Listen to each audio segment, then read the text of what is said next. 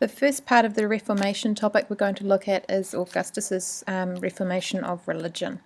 So the key questions to take notes on are, number 1, what were the motives behind his religious reforms? Number 2, what priesthoods did he hold and why? And number 3, what other religious actions did he take and why? So we'll just give a bit of background first.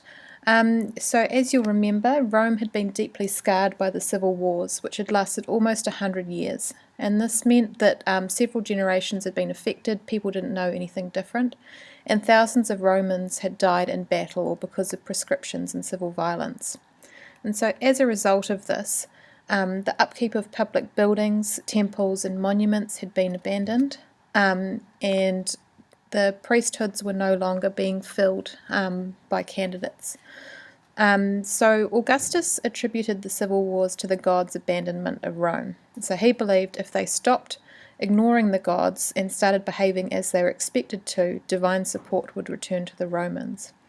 And he also saw that if he associated with himself with this change, he could be seen as responsible for returning the goodwill of the gods and peace and prosperity to Rome.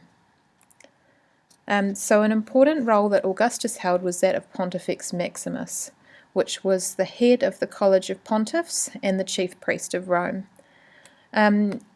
Because he was responsible for state religion, he did things like organise the calendar and the other priests, state religious activities and festivals, and he ensured that the Romans conducted their religious responsibilities appropriately. This position was for life, and it had been vacated when Lepidus, member of the triumvirate, had died in 13 BC.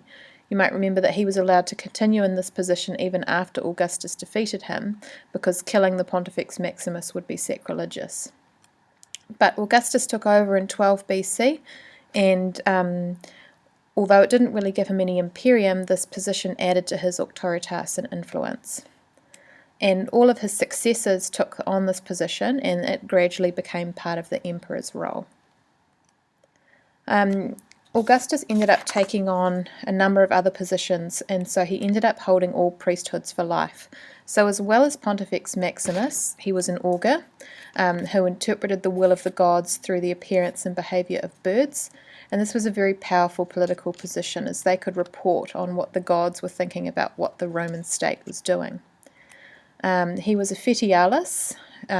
This was a priest responsible for declaring war and making peace, and so as a fetialis he had declared war on Egypt.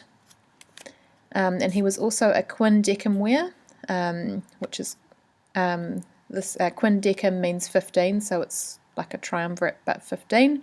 So 15 priests who oversaw foreign cults at Rome.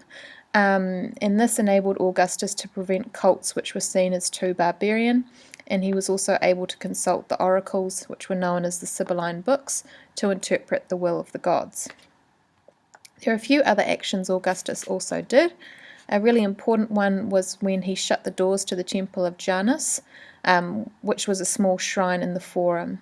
And this action symbolized that Rome was at peace, and as you can imagine, it didn't happen very often. But Augustus claimed to have shut the doors 3 times in his career.